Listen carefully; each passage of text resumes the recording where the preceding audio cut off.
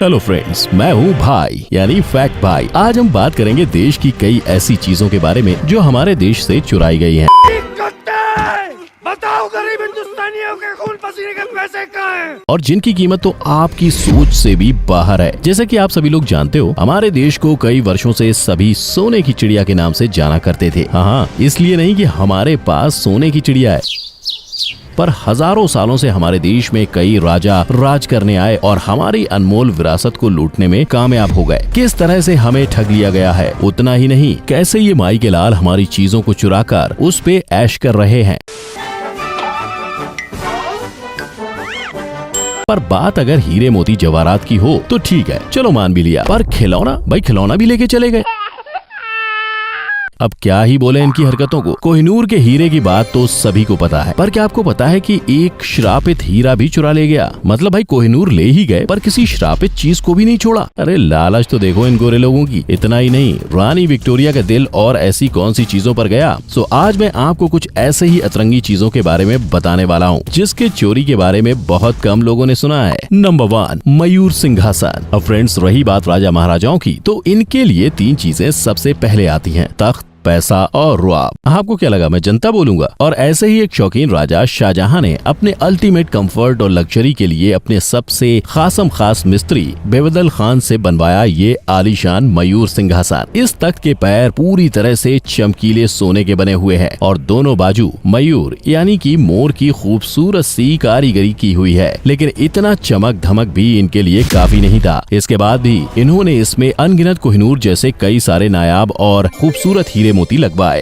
अब of course everything comes at a price, और इस आलीशान सिंहासन की कीमत इतनी है कि ये पूरी दुनिया की गरीबी 10 बार मिटा देगी। पूरे 4000 बिलियन डॉलर्स। ना, जीरोस काउंट करने की कोशिश भी मत करना। ये नायाब चीज जो हमारे भारत, हमारे देश की शान थी, आखिरकार अंग्रेजों को वो भी देखा नहीं गया और ये भी ले गए। नंबर 2, कोहिनूर हीरा।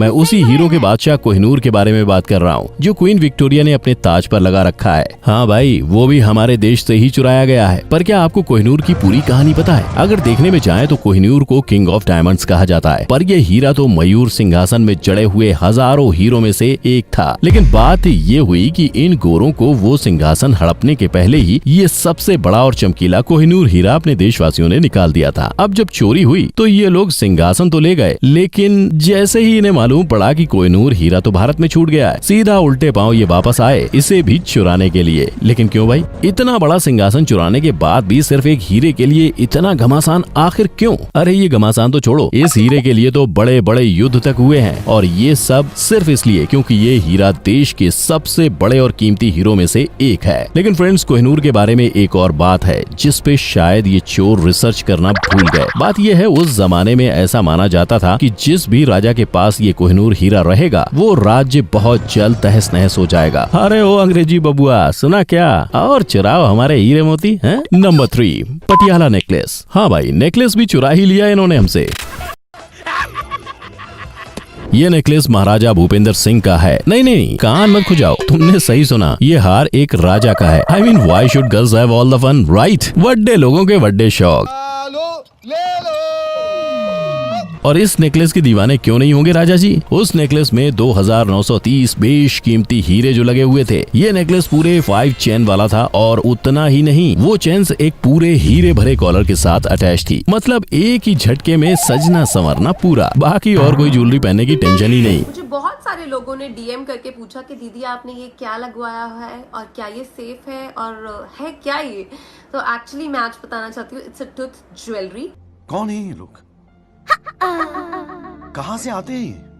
अब इसे मैं आलस कहूँ या चतुराई, पर बात इसकी चोरी की हो तो भाई उस चोर का तो स्वैग ही अलग था। उसने ना आओ देखा ना ताओ, सीधा घुस गया एक राजा के फुल प्रूफ हाईली सिक्योर्ड तहखाने में और चुरा लाया राजा का सबसे फेवरेट हार। स्वैग से करेंगे सबका स्वागत। ओ भाई, अब कल क्या पहनेगा वो? अब ना जाने उस कमबख्त ने उस हार के साथ क्या किया, पर इस हार के मोती अलग अलग जगहों पे अलग अलग देशों में मिले हैं। अब फ्रेंड्स, इसके बाद भी हद तो तब पार हो गई जब महाराजा भूपेंद्र की पोती ने कैलिफोर्निया में मिले हुए कुछ डायमंड से इस नेकलेस का एक हूबहू रेप्लिका बनाया, और यूएसए गवर्नमेंट ने सिर्फ एक रेप्लिका तक को इंडिया में आने नहीं दिया। मतलब मेरी बिल्ली मुझसे मैं आऊं।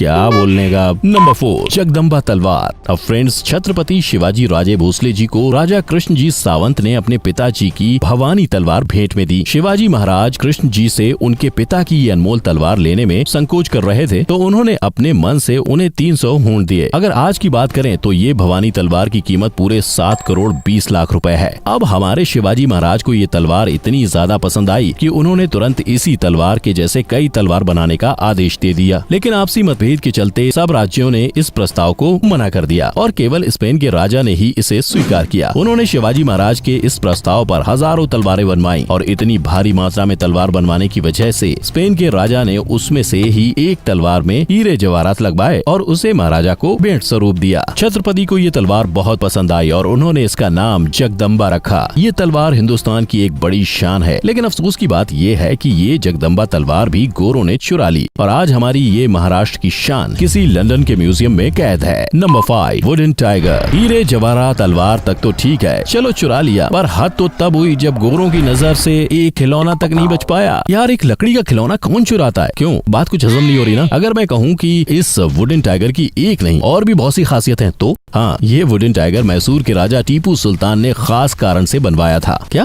खेलने के लिए नहीं मेरे भाई, वो सिर्फ एक लकड़ी का खिलौना नहीं है, ये 18वीं सेंचुरी की मशीन ने कला का एक बेहद उम्दा नमूना तैयार किया है। उतना ही नहीं, ये तो एक म्यूजिकल इंस्ट्रूमेंट भी है। और बात यही खत्म नहीं होती, राजा जी का ये टाइगर यूरोपियन सोल्जर के खिलाफ उनके आक्रोश का प्रतीक है। दरअसल ये वुडन टाइगर को अगर आप ध्यान से देखेंगे तो पता चलेगा कि इस टाइगर का मुंह एक सोल्जर के खून से लहूलुहान है और कैसे वो दर्दनाक तकलीफ से उसकी मौत का कारण बन रहा है।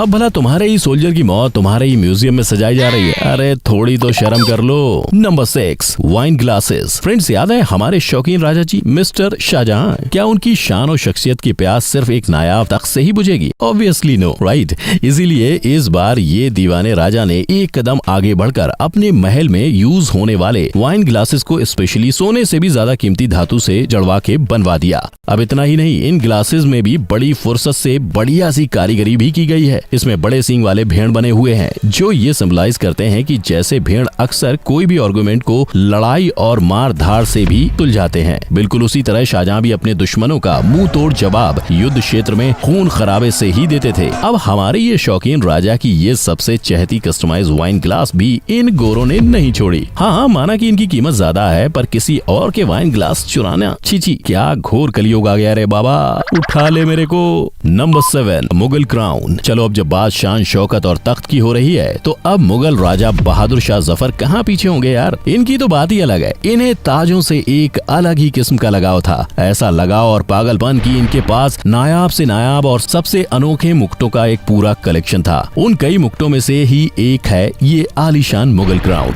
शौक देख रहे हो? अरे उसका पैसा उसकी मर्जी, तुम्हारा क्या जा रहा है भाई? राजा है यार, इतना तो बनता है बॉस। पर इन्हें शो ऑफ करना इतना ज्यादा पसंद था कि इन्होंने ये मुकुट बस एवं ही बनवाया, इसकी जरूरत ना होते हुए भी। पर अब इन गोरों की ताकत की दाद देनी होगी। इन्होंने राजा जी को इतनी बुरी तरह से हराया कि उन्हें उन्हीं के तहखाने में उनकी मृत्यु तक कैद कर दिया। और तो और वॉर जोन के वक्त हुए नुकसान को भरने के लिए भी उन गोरों ने राजा की ही चीजें बेच दी। तब एक सैनिक ने उसे खरीदा और इसे बेचने के लिए इंग्लैंड ले गया। इंग्लैंड में रानी विक्टोरिया का दिल इस पर आ गया और ऑब्वियसली उनकी नजरों से ये मुकुट नहीं बच पाया। अब क्या बोलूं मैं, किसी ने क्या खूब कहा है, लड़कियों का दिल किसी भी चीज से नहीं भरता है। क्वीन विक्टोरिया ने उस जमाने में इस मुकुट के पूरे 500 पाउंड्स इस सैनिक को दिए। भले ही बहादुर शाह को उस क्राउन की कीमत नहीं थी, पर अगर आज की बात करें तो राजा के 19वीं सेंचुरी के सारे कीमती चीजों से दुगनी इस मुगल क्राउन की कीमत है। नंबर 8, होप डायमंड, श्रापित हीरा। चलो हीरा जवाहरात हो गए, तख्त ताज हो गए और यहाँ तक की साला खिलौना और वाइन ग्लास भी हो गए, लेकिन इन गोरों की बेशर्मी की हदें तो तब पार हुई कि इन्होंने श्रापित चीजें तक नहीं छोड़ी। और ये वो श्रापित चीजें जिससे सब दूर भागते हैं, ये लुटेरे इसे ही लेके 9-2-11 हो गए। मतलब डिस्प्रेशन समझ रहे हो ना? क्या बोला,